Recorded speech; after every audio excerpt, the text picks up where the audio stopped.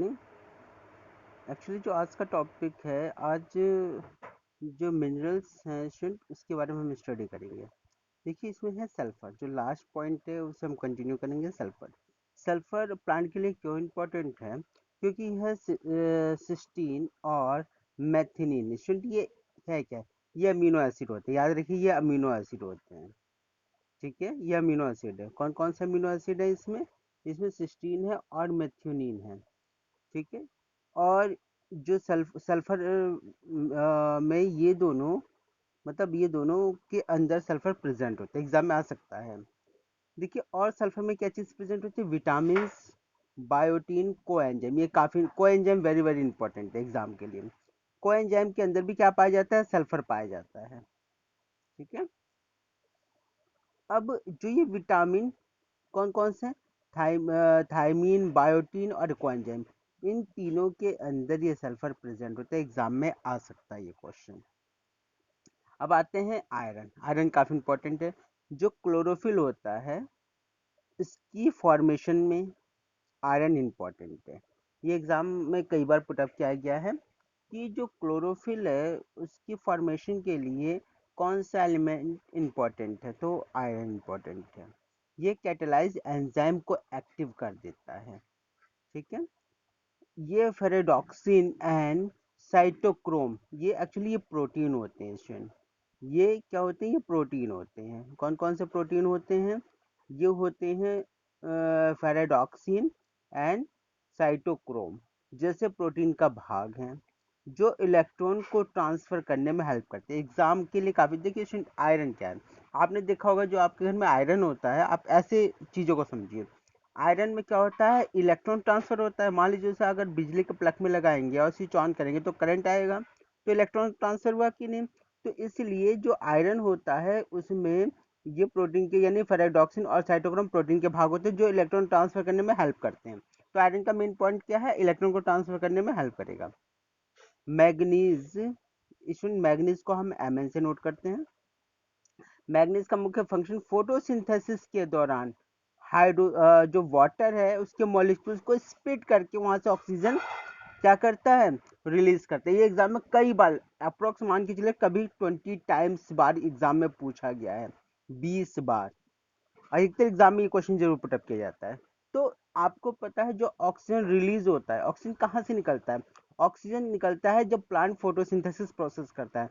अब फोटोसिंथेसिस यानी प्रकाश संश्लेषण में क्या चीज यूज करने से वहां से ऑक्सीजन निकलता है? तो वाटर से। याद रखिए, वाटर से ऑक्सीजन निकलता है, कार्बन डाइऑक्साइड से नहीं निकलता। ये काफी इंपॉर्टेंट है स्टूडेंट। कार्बन डाइऑक्साइड से क्या बनता है? कार्बन डाइऑक्साइड से ग्लूकोज बनता है स्टूडेंट। क्या बनता है? ग्लूकोज बनता है। तो याद रखिए, जो ऑक्सीजन रिलीज होता है वो किस एलिमेंट से होता है, या किस मटेरियल से होता है? वाटर से होता है। ठीक है। और इसे जो वाटर से ऑक्सीजन में रिलीज कौन करता है? किसकी प्रेजेंस में होता है? तो मैग्नीज की प्रेजेंस में होता है। और किस प्रोसेस के द्वारा होता है? फोटोसिंथेसिस प्रोसेस के द्वारा होता है। जिंक, Zn, यह है ऑक्सीजन। इसमें ऑक्सीजन क्या होता है? हार्मोन्स होता है जो प्लांट के अंदर प्रेजेंट होता है। आप ये देखते हैं कि जो प्लांट का टिप पार्ट होता है, ऊपरी भाग होता है, इसमें ऑक्सीजन प्रेजेंट होता है, जो सन का जो प्रकाश होता है उसकी ओर क्या करता है? मूव करता है। मान लीजिए, एक कमरे के अंदर आप एक गमला में एक प्लांट लगाते हैं। अब आप ये देखते हैं, जो प्लांट होगा उसका जो मूव होगा, वो जहाँ विंडो होगी, जहाँ से सूर्य का प्रकाश आ रहा है, उसकी डायरेक्शन में मूव करेगा। क्यों? क्योंकि उसके अपर पार्ट में क्या प्रेजेंट होता है? ऑक्सीजन प्रेजेंट होता है। और ऑक्सीजन सन के डायरेक्शन में मूव करने के लिए हेल्प करती है। ऑक्सीजन के निर्माण के लिए क्या इंपॉर्टेंट है? जिंक इंपॉर्टेंट है। कार्बोक्सिलेज, देखिए जिसकी लास्ट में एस आता है वो क्या होता है? एंजाइम। इस एंजाइम को एक्टिव करने के लिए जिंक इंपॉर्टेंट है। नेक्स्ट है कॉपर। कॉपर क्या होता है? प्लांट के जो मेटाबॉलिज्म के लिए इंपॉर्टेंट होता है। आपको पता है मेटाबॉलिज्म क्या होता है स्टूडेंट? बोरॉन। बोरॉन कैल्शियम को ग्रहण करने, मान लीजिए प्लांट के अंदर जो कैल्शियम को ग्रहण किया जाता है और उसका उपयोग किया जाता है, उपयोग कहाँ होता है?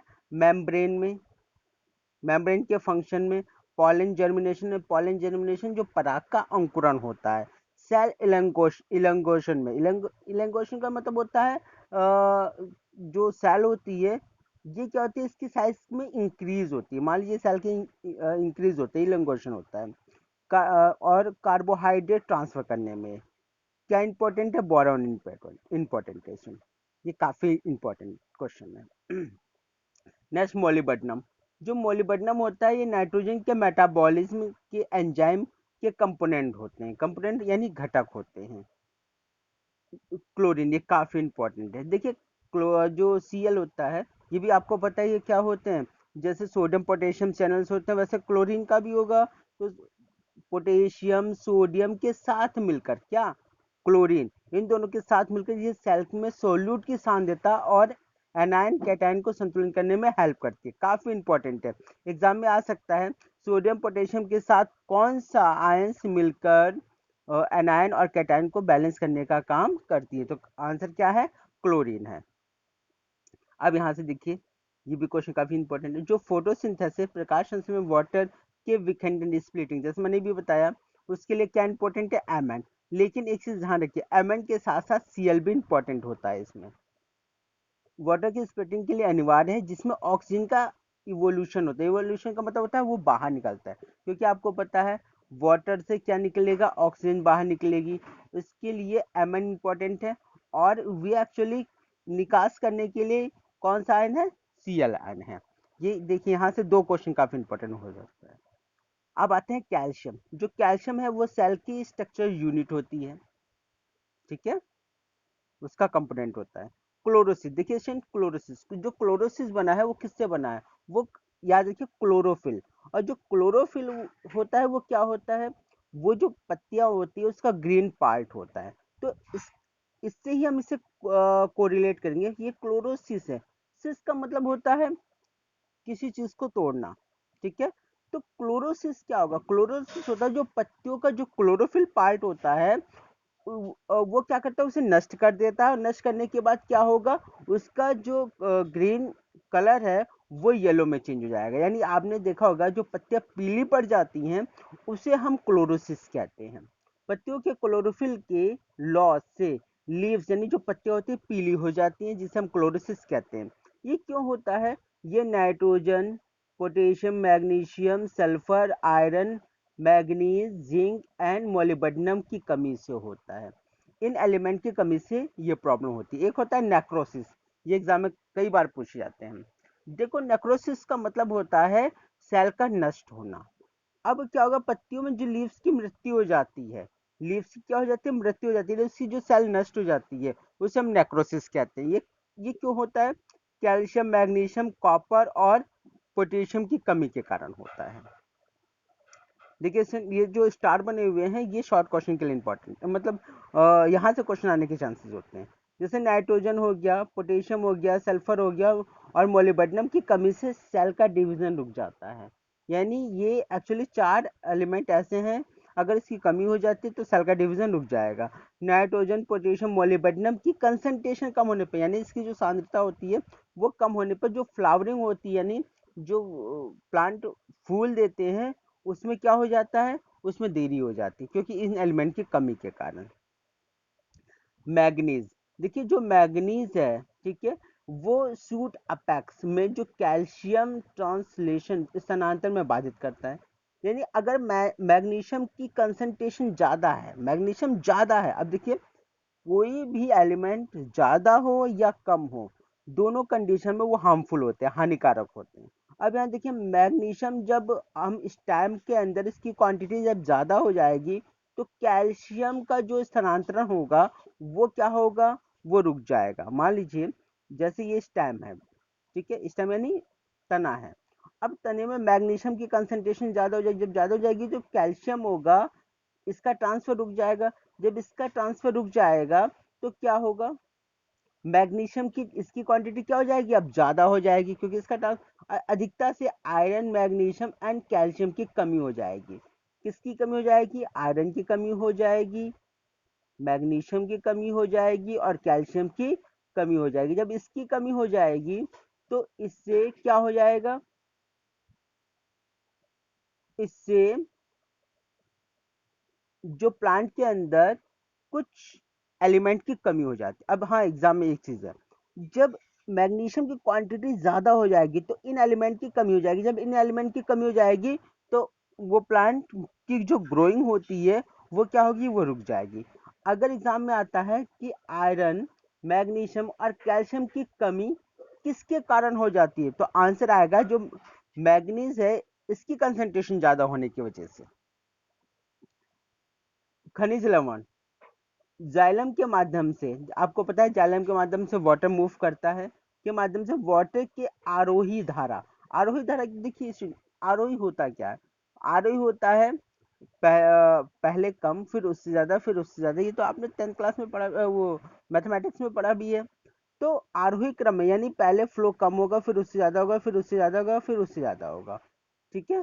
तो जो खनिज लवण होता है उसमें जाइलम के माध्यम से वाटर के आरोही क्रम असेंडिंग स्टेम के साथ ट्रांसलेट होता है और जो प्लांट के वाष्पोत्सर्जन आकर्षण के द्वारा ऊपर जाता है। अब मान लीजिए जो वाटर मूव करेगा प्लांट में, तो किस माध्यम से करेगा, जाइलम के माध्यम से करेगा। अब जाइलम के माध्यम से कैसे करेगा, तो इसमें क्या होता है, ट्रांसपिरेशन होता है, ट्रांसपिर यानी वाष्पोत्सर्जन के माध्यम से क्या करेगा, वो मूव करेगा। प्लांट में रेडियो आइसोटोप, ये कई बार एग्जाम में पूछा गया है।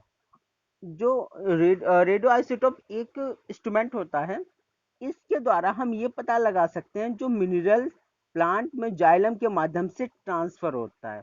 यानी इस चीज का पता हम किसके द्वारा लगा सकते हैं, रेडियो आइसोटोप के माध्यम से लगा सकते हैं। ये एग्जाम में भी पुटअप किया गया है। अब आते हैं mechanism of the absorption of element, यानी एलिमेंट जो तत्व होते हैं तो प्लांट उसे कैसे एब्जॉर्ब करते हैं। ठीक है। अब जो एब्जॉर्प्शन होगा यानी अवशोषण होता है, ये प्रक्रिया के दो फेज होते हैं स्टूडेंट, ये दो फेज में होता है। आपको पता है कौन कौन से फेज होते हैं, एक होता है एपोप्लास्ट, ये आपने प्रीवियस में पढ़ा है, एपोप्लास्ट। ठीक है।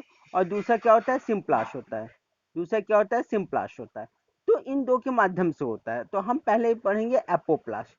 एपोप्लास्ट में तेजी से आयन का क्या होता है, अपटेक होता है, यानी ग्रहण होता है। एपोप्लास्ट होता क्या है, मान लीजिए जैसे ये सेल होती है, आपने देखा होगा सेल के जो आउटर पार्ट होता है यहाँ से वाटर क्या करता है, मूव करता है। तो ये क्या होता है, ये एपोप्लास्ट होता है। इसमें जो मूवमेंट होता है वो क्या होता है, बहुत तेजी के साथ होता है। देखिए एक क्वेश्चन ये भी बन सकता है, बहुत तेजी के साथ होता है। और सेल के फ्री मुक्त या बाहरी स्थान एपोप्लास्ट में तेजी से आयन का क्या होता है, अपटेक होता है। यह निष्क्रिय अब्जॉर्प्शन होता है, यानी इसमें जो मूवमेंट होता है वो क्या होता है, पैसिव होता है। ये भी एक क्वेश्चन इंपॉर्टेंट है कि एपोप्लास्ट के अंदर कैसा मूवमेंट होता है, पैसिव होता है। एपोप्लास्ट में आयन पैसिव मूवमेंट, देखिए यहाँ पे आ गया है, पैसिव मूवमेंट आयन चैनल के द्वारा होता है। मान लीजिए आपने देखा होगा यहाँ आयन चैनल होते हैं, आयन चैनल जो आयन का क्या करता है, ट्रांसफर करने का काम करता है। तो याद रखिए कि इसमें क्या होता है, आयन चैनल होता है, और इसमें कौन सा मूवमेंट होता है, पैसिव मूवमेंट होता है। ठीक है। और जो एपोप्लास्ट होता है वो क्या होगा, बहुत तेजी के साथ आयन का क्या करेगा, अपटैक करने का काम करेगा।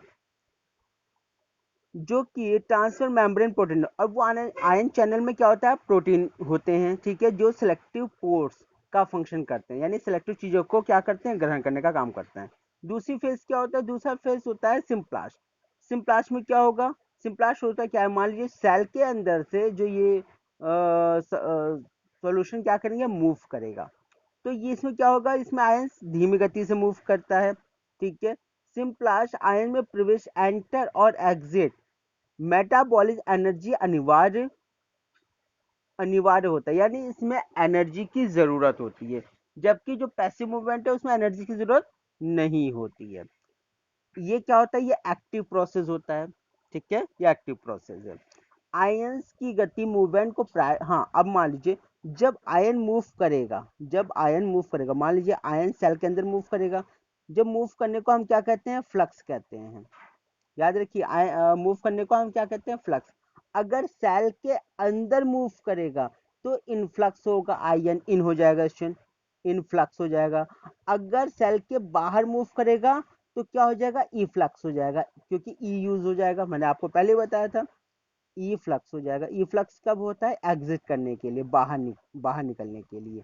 और इनफ्लक्स कब होता है, इन अंदर आने के लिए। क्लियर। ये पॉइंट काफी इंपॉर्टेंट है। अब जो ये जितने भी एलिमेंट थे, इसे जब ये चैप्टर फिनिश होगा तो मैं इसे शॉर्ट ट्रिक में आपको समझाऊंगा। ठीक है student? Okay, thank you student.